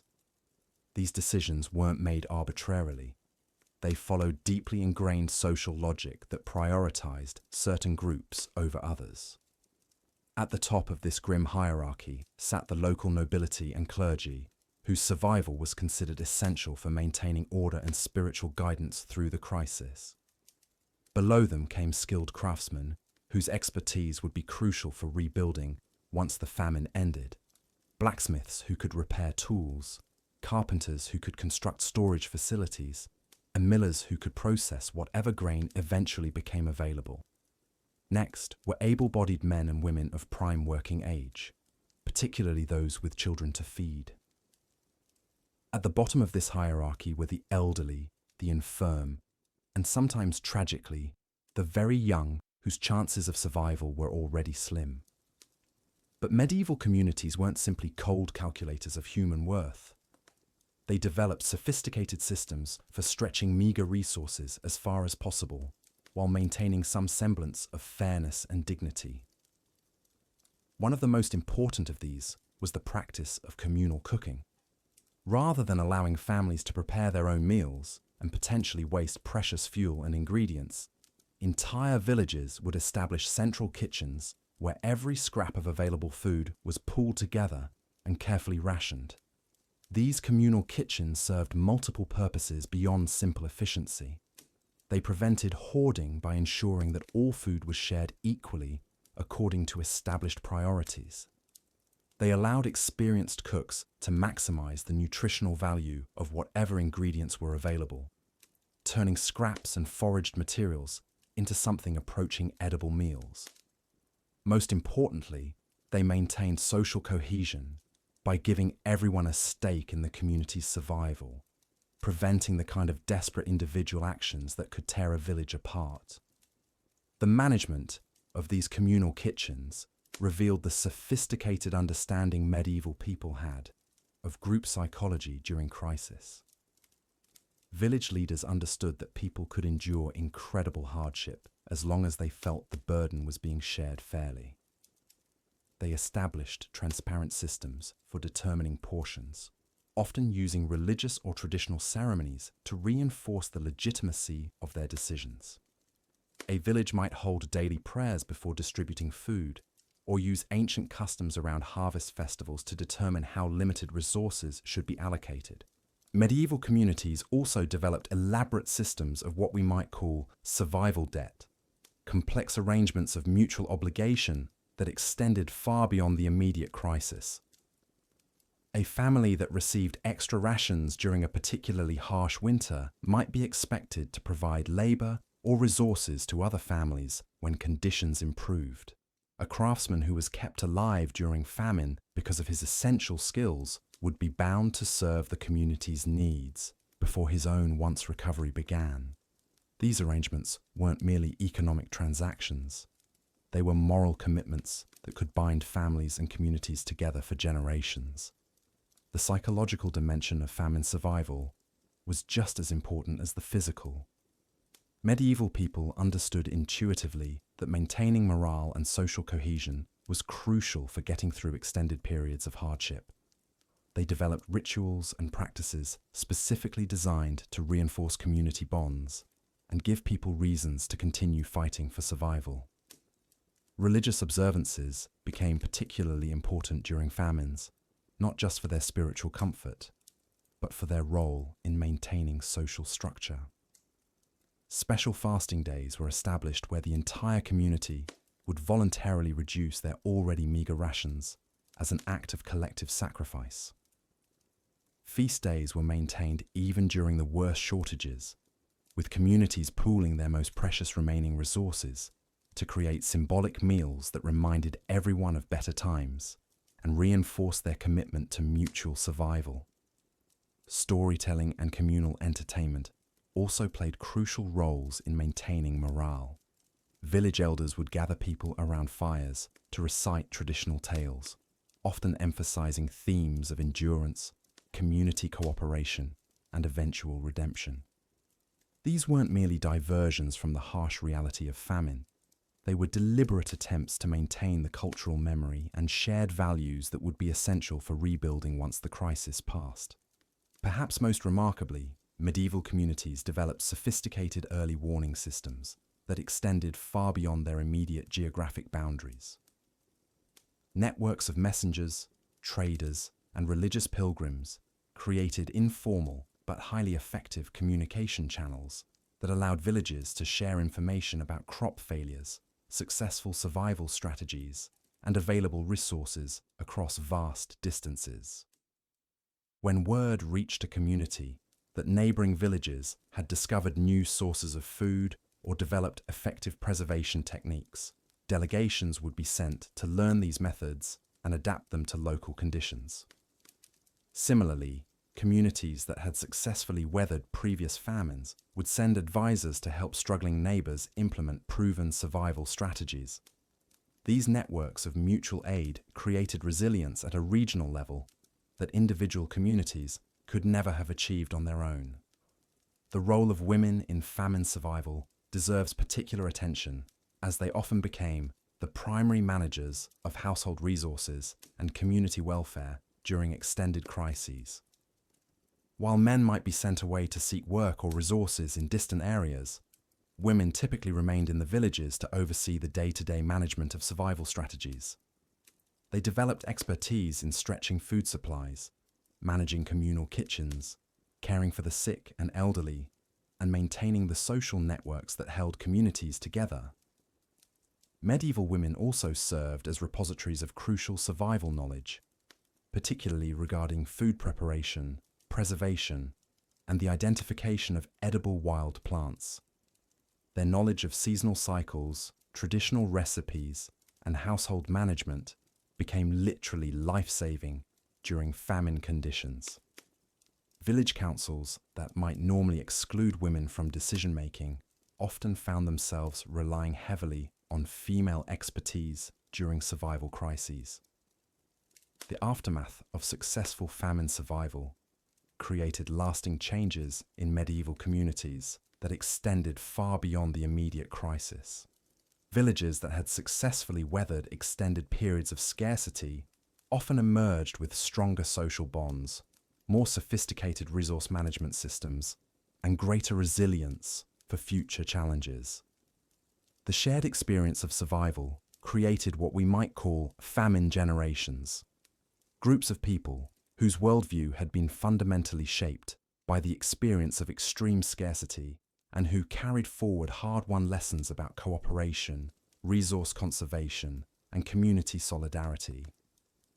These communities also developed what might be called abundance protocols, sophisticated plans for managing periods of plenty to prepare for future scarcity. Having experienced firsthand how quickly prosperity could turn to desperate want, famine survivors became extremely sophisticated about resource planning and community preparedness. They established permanent institutions for managing grain stores, coordinated regional responses to crop failures, and created cultural traditions that emphasized the importance of sharing and mutual aid. The medieval approach to famine survival offers profound lessons about the importance of social cohesion, forward planning, and community cooperation in facing existential challenges. These weren't primitive people stumbling through crises. They were sophisticated communities that developed complex, effective strategies for collective survival under the most extreme conditions imaginable. Their success depended not just on individual resourcefulness or technical knowledge, but on their ability to maintain social bonds and shared commitments, even when resources dwindled to almost nothing. As we continue to explore the remarkable resilience of medieval communities, we see how their survival strategies created lasting legacies that would shape European society for centuries to come. The medieval community faced a fundamental challenge when survival hung in the balance. How do you sustain life when the very systems meant to provide it begin to fail? As we've seen through their ingenious strategies of reading natural signs, preserving food, foraging for alternatives, and maintaining social networks, these communities had already established remarkable foundations for endurance. But when these initial measures reached their limits, medieval people had to venture into territories that tested not just their resourcefulness, but their very conception of what it meant to remain human in the face of catastrophe. The transition from conventional survival to what we might call crisis adaptation marked a pivotal moment in any famine. It was here that medieval communities revealed perhaps their most profound characteristic: an ability to redefine normalcy without abandoning their core humanity. This wasn't simply about eating different foods or tightening belts further. It was about fundamentally restructuring their understanding of daily life, social relationships, and community identity while still maintaining the threads that held their society together. When traditional food sources became unavailable, medieval people developed what we could call an expanded dietary consciousness. They had always known about famine foods, those plants and substances that could sustain life in difficult times. But true crisis pushed them to explore possibilities that would have been unthinkable during normal periods.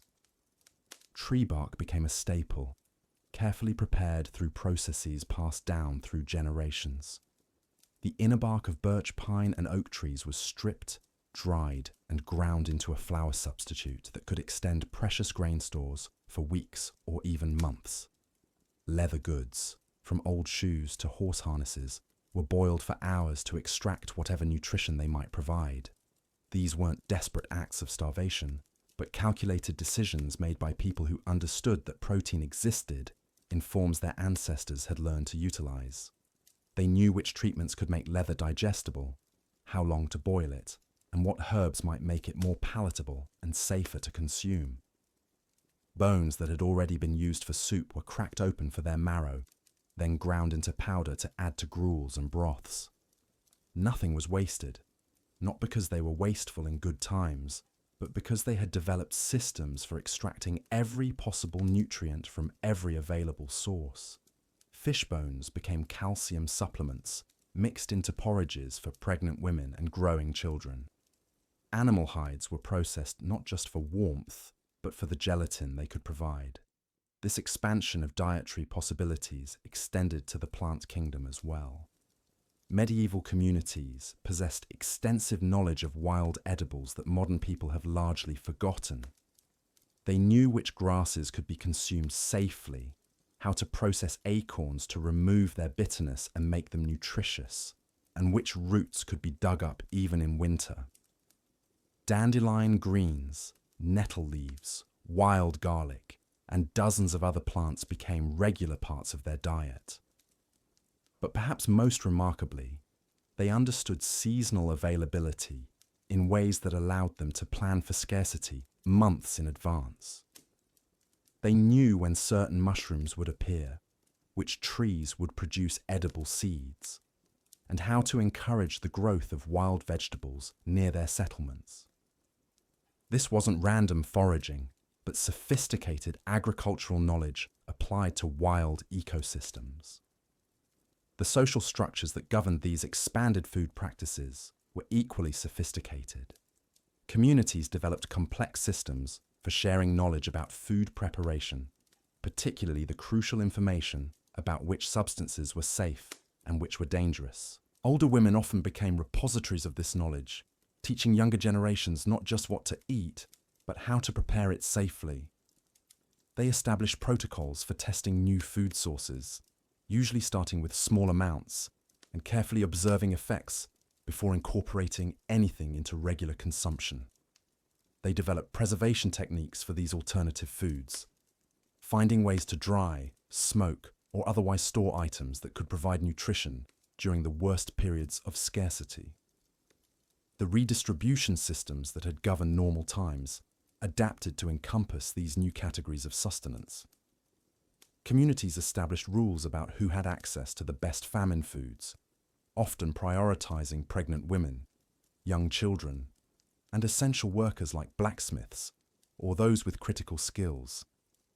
These weren't arbitrary decisions, but carefully considered choices about how to maintain community function even under extreme stress.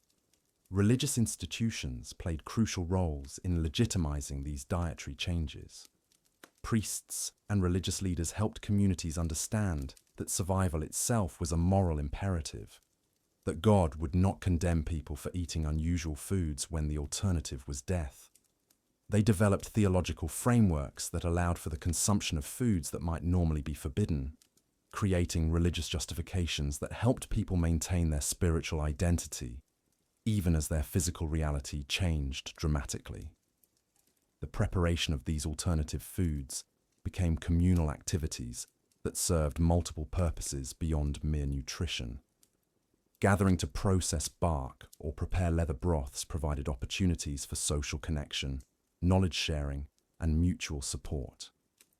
These activities helped maintain community bonds even as traditional social gatherings became impossible due to scarcity. Women often took leading roles in these food preparation activities, drawing on their traditional knowledge of cooking and preservation while adapting to entirely new challenges. They developed techniques for making unpalatable foods more acceptable, creating seasonings from wild herbs that could mask bitter flavors or improve digestibility. They learned to combine different alternative foods in ways that provided better nutrition than any single source could offer.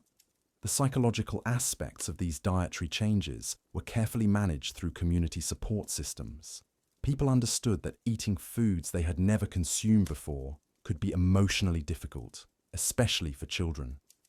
They developed ways to present these foods that maintained dignity and hope, often incorporating them into familiar cooking methods or combining them with small amounts of traditional ingredients when possible. These communities also developed sophisticated understanding of nutrition that allowed them to maintain health even on severely restricted diets. They knew which combinations of foods would prevent certain diseases, how to ensure that children continued to grow even on limited nutrition, and how to support pregnant and nursing mothers when normal dietary recommendations became impossible to follow. But perhaps most importantly, they maintained culinary traditions and food culture even under these extreme circumstances. They found ways to celebrate food, to make even the most basic meals into occasions for gratitude and community connection. They told stories while preparing difficult foods, sang songs during communal cooking, and maintained rituals around eating that preserved their cultural identity. The knowledge systems that supported these practices were passed down through carefully maintained oral traditions. Stories about successful survival during previous famines became teaching tools, preserving not just practical information, but also emotional and spiritual guidance about how to maintain hope and community during the darkest times. These expanded dietary practices were always understood as temporary measures, bridges that would carry communities through crisis until normal food production could resume.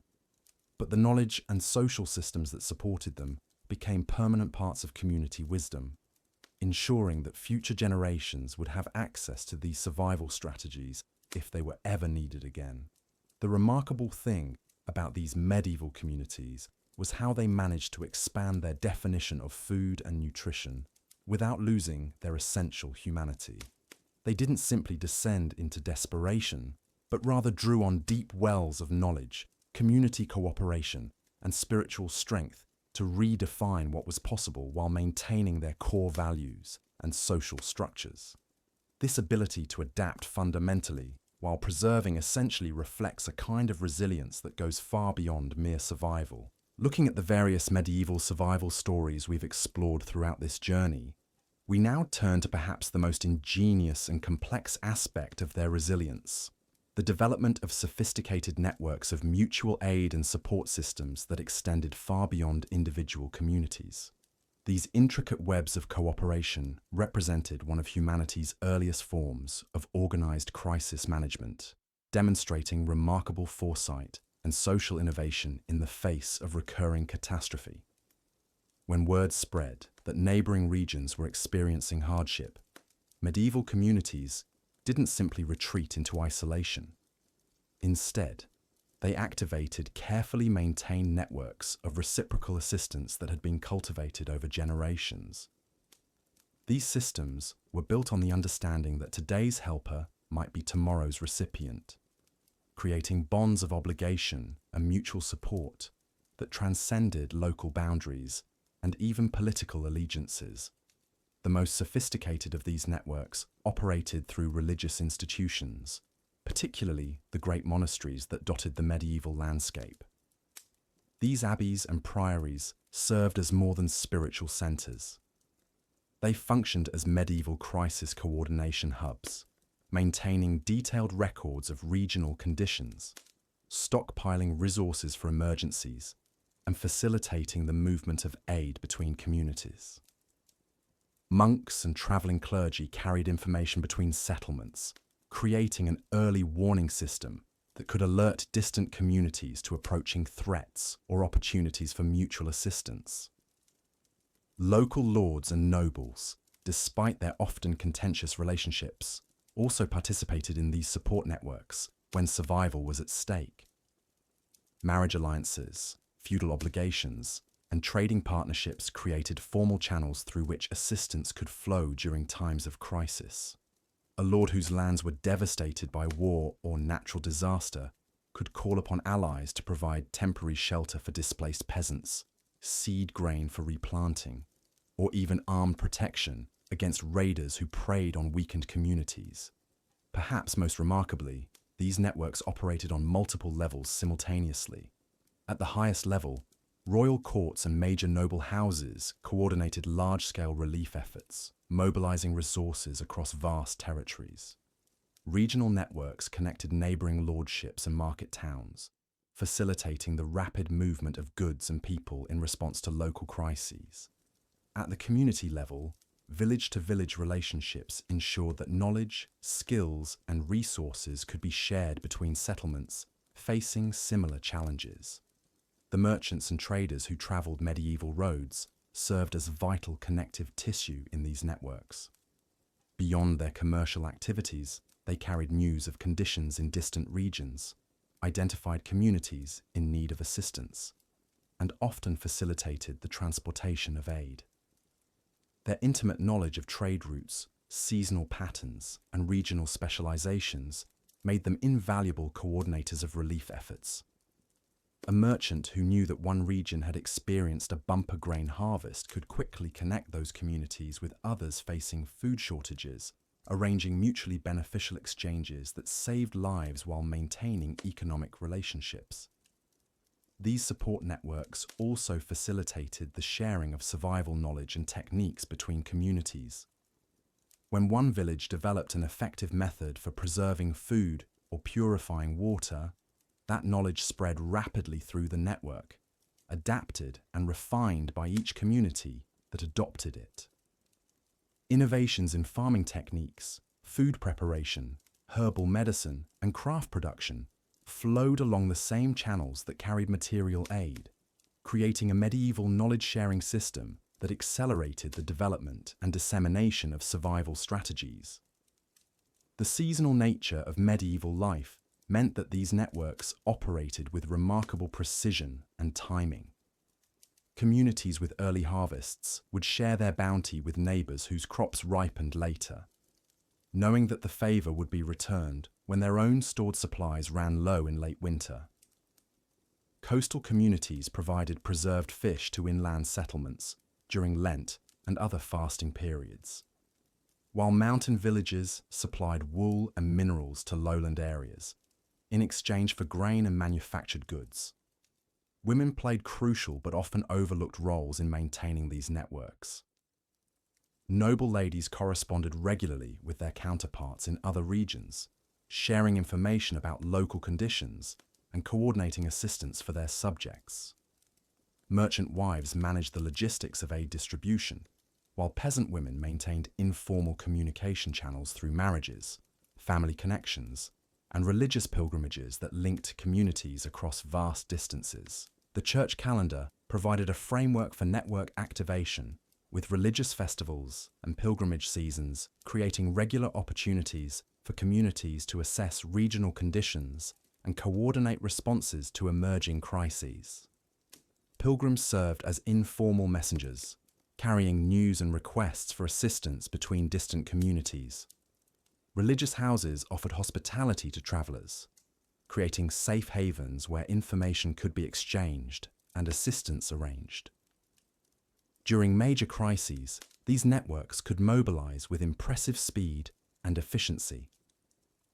When the Black Death swept across Europe, communities that had maintained strong network connections were often better able to coordinate their responses, sharing information about symptoms and treatments, arranging care for orphaned children, and redistributing resources from devastated areas to those still capable of providing assistance.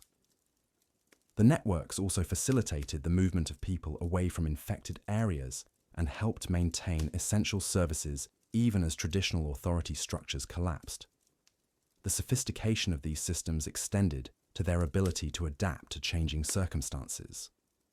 During times of war, networks could quickly reconfigure to avoid hostile territories while maintaining vital connections. Trade routes that became too dangerous were replaced by alternative paths, often utilizing knowledge held by smugglers, refugees, and other marginalized groups who possessed intimate understanding of hidden ways through the landscape. These medieval networks also demonstrated remarkable resilience in the face of political upheaval. When kingdoms fell and borders shifted, the underlying relationships that powered mutual aid systems often survived, adapting to new political realities while maintaining their essential functions. Local communities understood that their survival often depended more on these horizontal relationships with their neighbors than on vertical relationships with distant rulers. The economic implications of these networks were profound. By pooling risks across multiple communities, they created a form of medieval insurance system that helped individual settlements survive catastrophes that would have been devastating in isolation. This risk sharing enabled communities to invest in longer-term improvements and innovations, knowing that they had fallback options if their experiments failed or if they were struck by misfortune. The knowledge accumulated through these networks also had lasting impacts on medieval development. Communities that participated actively in mutual aid systems were exposed to a wider range of survival strategies and innovations, making them more adaptable and resilient over time. The constant exchange of information and techniques created a competitive environment where the most effective practices spread rapidly, while less successful approaches were quickly abandoned.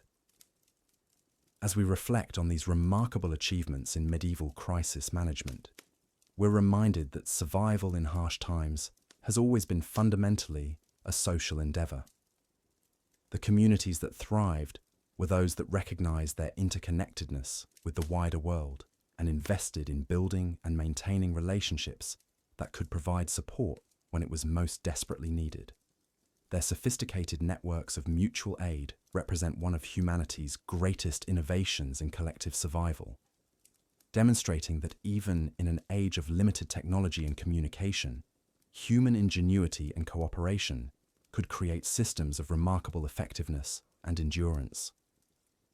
These medieval pioneers of mutual aid showed us that true resilience lies not just in individual preparation or community self-sufficiency, but in the cultivation of broad networks of reciprocal support that can adapt to changing circumstances while maintaining their essential function of ensuring collective survival.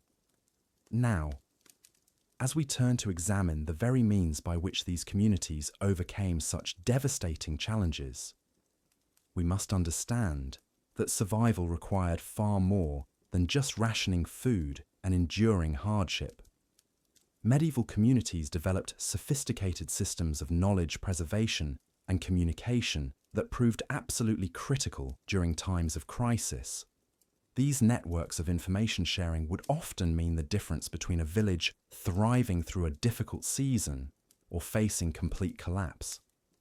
The preservation of survival knowledge took many forms, from the carefully guarded recipes of the village herbalist to the oral traditions passed down through generations of farmers and foragers. Women, particularly the elderly matriarchs of families, served as living libraries of crucial information. They memorized the locations of wild food sources, the proper timing for harvesting emergency crops, and the techniques for preparing even the most unpalatable substances into edible meals. These women understood which tree barks could be ground into flour substitutes, which weeds contained vital nutrients, and how to extract maximum nutrition from animal bones and scraps. Village scribes and monks, where they existed, documented successful strategies for surviving lean years. Monastery records reveal detailed accounts of famine management techniques, including the rotation of emergency food stores, the coordination of relief efforts between communities, and the careful documentation of which wild plants proved most sustaining during different seasons. These written records served as invaluable guides for future generations facing similar crises. Perhaps even more crucial was the development of early warning systems that allowed communities to prepare for impending disasters. Medieval people became extraordinarily skilled at reading natural signs that modern society has largely forgotten. They observed animal behavior patterns, noting when birds began migrating earlier than usual or when livestock showed signs of restlessness that preceded severe weather. Changes in plant flowering cycles, unusual cloud formations, and shifts in wind patterns all served as indicators of potentially difficult seasons ahead.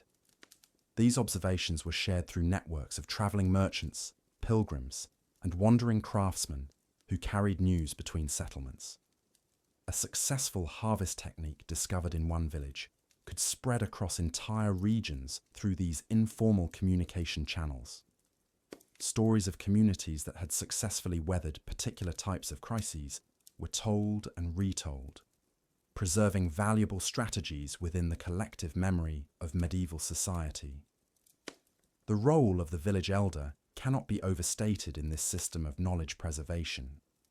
These individuals, having survived multiple famines and crises throughout their lifetimes, possessed an irreplaceable understanding of long-term survival patterns. They remembered which strategies had failed in previous emergencies and which had proven successful. Their counsel guided community decisions about when to begin emergency rationing, how to distribute scarce resources fairly, and when to send expeditions to search for additional food sources. Religious institutions also played a vital role in coordinating responses to widespread emergencies. Monasteries served as centers of communication, sending messengers to affiliated houses across vast distances to share information about local conditions and successful relief strategies. These networks enabled coordinated responses to regional famines, allowing surplus from areas with better harvests to reach communities in desperate need. The preservation of seed stocks represented another critical aspect of medieval survival strategy.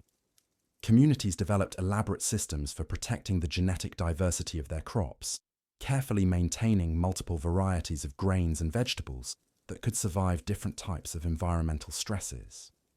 Village leaders understood that losing seed variety could doom future harvests, so they implemented strict protocols for preserving breeding stock, even during the most desperate circumstances. Trade relationships established during prosperous times proved invaluable during emergencies. Medieval communities that had fostered good relationships with neighbouring settlements could call upon these alliances when disaster struck. Reciprocal aid agreements, often sealed through marriages between prominent families or formal treaties between villages, created safety nets that extended far beyond individual community boundaries. The development of alternative food production systems also demonstrated remarkable innovation. Communities learned to cultivate emergency crops that could grow in poor conditions or mature quickly when primary harvests failed. Root vegetables that could remain in the ground through winter, hardy grains that required minimal soil preparation, and fast-growing plants that could provide nutrition within weeks of planting all became part of the medieval survival toolkit. Storage techniques evolved to maximize the preservation of available food resources. Communities developed sophisticated understanding of which preservation methods worked best for different types of food and environmental conditions. They learned to construct storage facilities that could protect supplies from moisture, pests, and temperature fluctuations while remaining accessible during harsh weather conditions. The psychological aspects of community survival were equally important. Medieval societies developed rituals and traditions that helped maintain morale during extended periods of hardship. These practices served not only spiritual needs, but also practical purposes, reinforcing social bonds and encouraging cooperation when individual survival instincts might otherwise lead to conflict and hoarding. Leadership structures adapted to crisis conditions, with temporary authority often shifting to individuals with specific expertise in emergency management. These crisis leaders understood how to make difficult decisions about resource allocation while maintaining community cohesion. They balanced the immediate needs of survival with the long-term requirements of community sustainability. The integration of all these systems created a resilience that modern society often struggles to match. Medieval communities understood that survival required not just individual preparation, but collective action, shared knowledge, and mutual support. Part 11. When the last hope flickered and failed. By the late medieval period, The survival strategies that had sustained Scottish communities through centuries of crisis were facing their ultimate test. The accumulated knowledge of generations, the intricate networks of mutual aid, the adaptive technologies of preservation and foraging, all these lifelines that had carried the people through countless famines were beginning to strain under the weight of repeated catastrophes and changing circumstances. The great irony was that just as these communities had perfected their survival systems, the very foundations of their world were shifting beneath their feet. The Little Ice Age was bringing harsher winters and shorter growing seasons. Population growth meant more mouths to feed from increasingly marginal lands. Political upheavals disrupted the ancient patterns of trade and cooperation that had allowed communities to share resources across regions. Most cruelly of all, the accumulated wisdom that had been passed down through generations was being lost as the elderly keepers of knowledge succumbed to plague and warfare before they could fully transmit their expertise to the young. Consider the plight of a Highland village in the late 14th century, where the traditional systems of survival faced a perfect storm of challenges. The village elders, those repositories of crucial knowledge about weather patterns, plant cycles, and preservation techniques, had been decimated by successive waves of the Black Death. The young survivors possessed only fragments of the wisdom their grandparents had carried. They knew to gather certain roots and bark during times of scarcity, but they lacked the deep understanding of when to harvest them for maximum nutrition, how to prepare them to avoid toxicity, and which combinations would provide the most sustenance. The breakdown of knowledge transmission was particularly devastating when it came to the subtle arts of reading natural signs. An experienced grandmother might have taught her granddaughter to recognize the specific color of autumn leaves that predicted a harsh winter, or the behavior of migrating birds that foretold of coming storms. She would have known which variant of a common plant was safe to eat and which was poisonous, knowledge that could mean the difference between life and death when other food sources failed. But with so many elders gone, this intricate understanding was fragmenting into dangerous half-knowledge.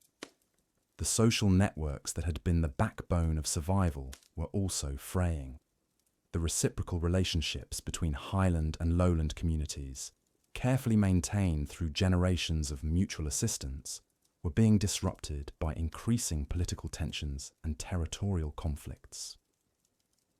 The ancient practice of sharing seed grain and livestock between communities during times of crisis was breaking down as lords and clan chiefs prioritized the needs of their immediate followers over broader regional cooperation.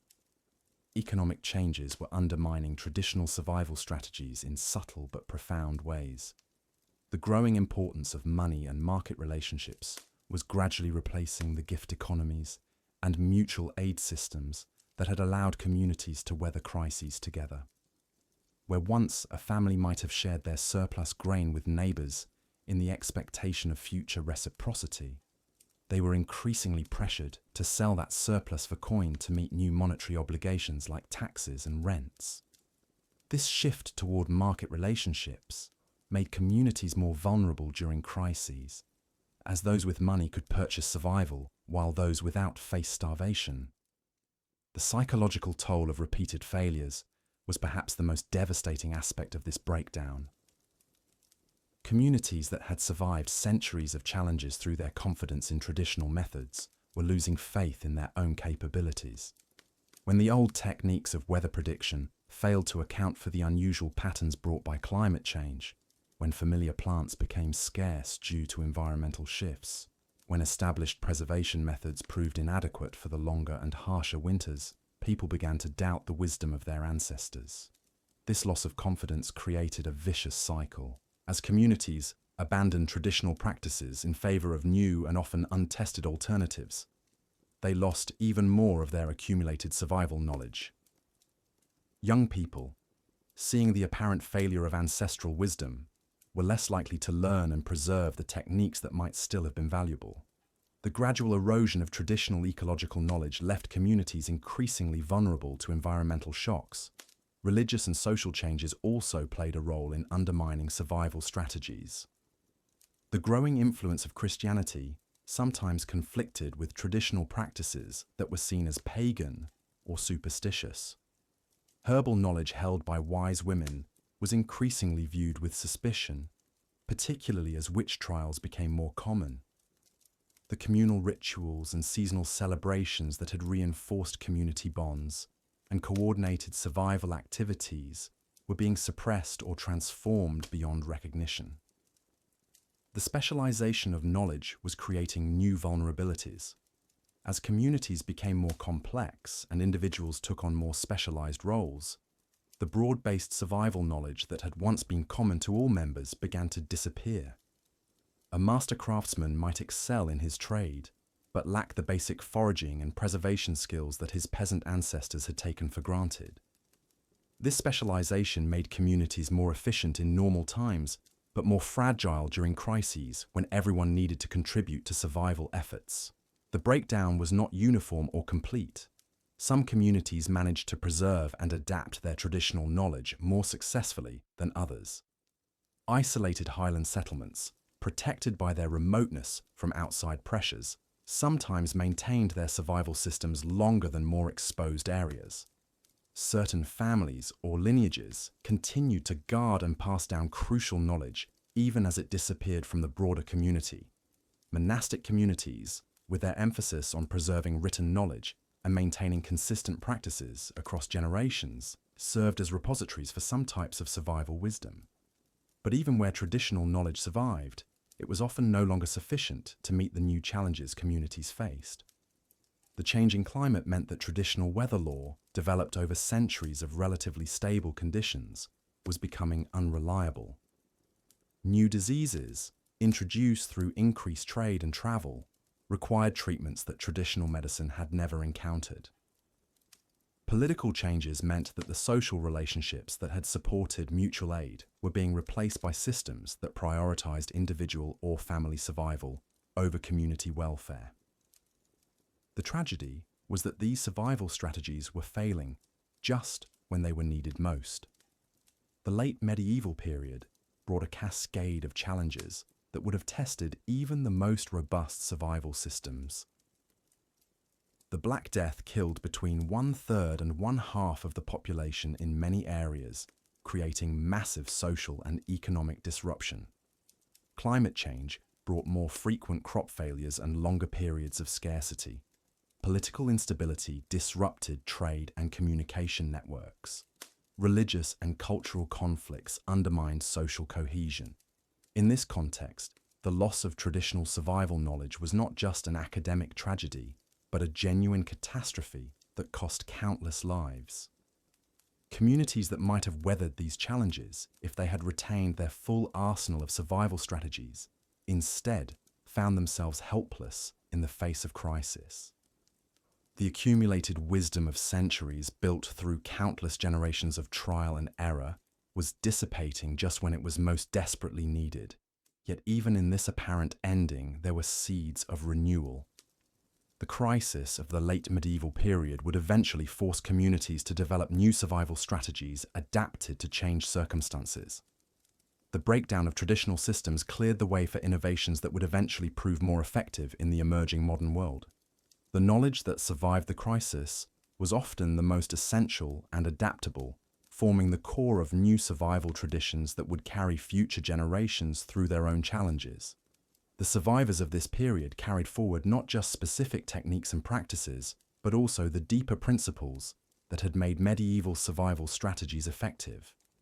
The importance of community cooperation, the value of traditional ecological knowledge, the need for adaptive flexibility in the face of changing conditions, and the recognition that survival was not just about individual endurance, but about maintaining the social and cultural systems that made human life meaningful.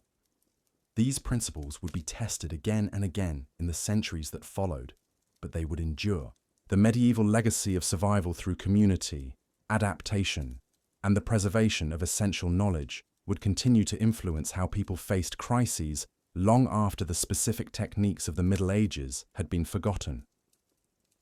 Looking at the medieval famine survival strategies we've explored throughout this series, we now reach the culmination of understanding how these remarkable communities not only endured, but ultimately transformed in the face of relentless hardship.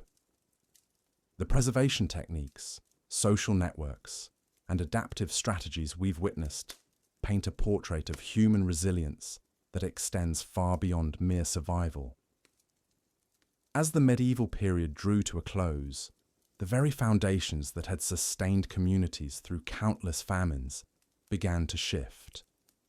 The Black Death, which we've seen devastate populations, paradoxically weakened the rigid feudal structures that had both oppressed and organized survival efforts. Labor became scarce and valuable, giving peasants newfound leverage. The rise of market towns created alternative food distribution networks that reduced dependence on local harvests. Trade routes expanded, bringing exotic spices that weren't just luxuries, but preservation aids that could extend food stores through lean seasons. Yet something profound was being lost as these traditional systems evolved. The intricate knowledge passed down through generations about which tree barks were edible, how to prepare leather for consumption, or when to harvest specific wild plants began to fade as commercial food systems developed. Village elders who once served as living libraries of famine wisdom found their expertise less valued as imported grain became more reliable than foraged acorns. The communal bonds that had been forged in the crucible of shared hunger also began to weaken. Where once entire villages had mobilized to gather rose hips and preserve them for winter, individual families increasingly looked to market solutions. The collective memory of how to organize food redistribution during crises, how to ration communally while maintaining morale, and how to make difficult decisions about resource allocation started to fragment as prosperity grew and famines became less frequent. But perhaps most significantly, the spiritual and psychological frameworks that had helped medieval people endure unimaginable hardship began to shift. The acceptance of suffering as part of the human condition, the deep trust in community support systems, and the ability to find meaning in collective struggle gave way to different values as individual opportunity expanded.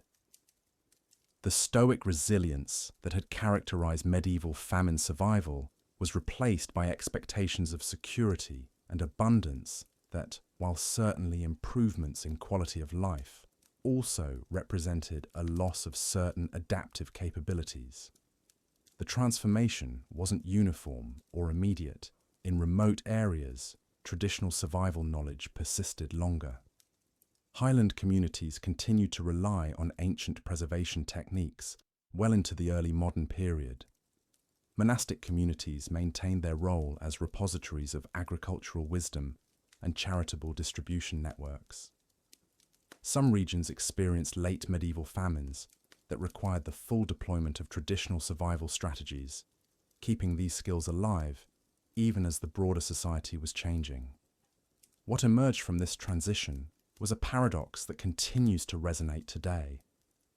As societies became more capable of preventing famines through improved agriculture, trade, and governance, they also became more vulnerable in certain ways. The diversified survival strategies that had characterized medieval communities gave way to more specialized but potentially fragile systems. A village that had once known dozens of ways to extract nutrition from their environment might come to depend entirely on grain shipments that could be disrupted by war or economic upheaval. The social capital that had been built through generations of mutual aid began to transform as well. The networks of obligation and reciprocity that had ensured no one starved alone evolved into more formal charitable institutions and eventually governmental welfare systems. While these new structures were often more efficient and equitable, they also represented a shift from active community participation in survival to more passive reliance on external systems. Modern scholars studying these transitions have identified patterns that extend well beyond medieval Europe. Indigenous communities worldwide have faced similar challenges as traditional subsistence strategies give way to market economies. The loss of traditional ecological knowledge, the weakening of social cohesion, and the replacement of adaptive flexibility with specialized vulnerability are recurring themes across cultures and time periods. Yet the medieval experience also offers hope and guidance for contemporary challenges. Climate change, economic instability, and social fragmentation are forcing modern communities to rediscover some of the principles that enabled medieval survival. Community gardens echo the collective agricultural strategies of medieval villages. Local food movements mirror the emphasis on regional self-sufficiency that characterized successful famine response. Mutual aid networks activated during crises like the COVID-19 pandemic demonstrate that the human capacity for collective care and resource sharing remains strong. The preservation techniques pioneered during medieval famines continue to influence modern food security strategies. Fermentation, smoking, and salt curing remain essential technologies, now enhanced by scientific understanding, but still based on principles discovered through desperate necessity. The medieval emphasis on preserving diverse food sources resonates with contemporary efforts to maintain agricultural biodiversity and reduce dependence on monoculture crops. Perhaps most importantly, the medieval experience demonstrates that survival is never just about calories or techniques, but about the social and spiritual frameworks that give communities the strength to endure. The stories we've explored throughout this series reveal that the most resilient communities were those that maintained their sense of collective identity and purpose, even under extreme stress. They found ways to preserve not just food, but hope, not just individual lives, but community bonds, not just physical health, but cultural continuity. As we face our own era of uncertainty and change, the medieval example reminds us that adaptation and resilience aren't just about having the right technologies or resources, but about maintaining the human connections and shared values that make survival meaningful. The villages that emerged from famines intact were those that had learned to balance individual needs with collective responsibility, immediate survival with long-term sustainability, and practical action with spiritual resilience. The legacy of medieval famine survival extends far beyond historical curiosity. In their desperate creativity, their stubborn hope, and their unwavering commitment to community, these long-ago people forged approaches to crisis that remain relevant today. They showed us that even in the darkest times, human beings can find ways not just to survive, but to preserve what makes survival worthwhile. Their story is ultimately one of transformation through adversity, of communities that emerged from their trials not just alive, but in some ways stronger and more connected than before. As we close this exploration of how medieval people survived famine, we're left not with a simple catalogue of techniques, but with a deeper understanding of the human capacity for adaptation, cooperation, and hope. In their struggles against hunger, these communities discovered truths about resilience that transcend their particular time and place, offering lessons that continue to nourish the human spirit across the centuries.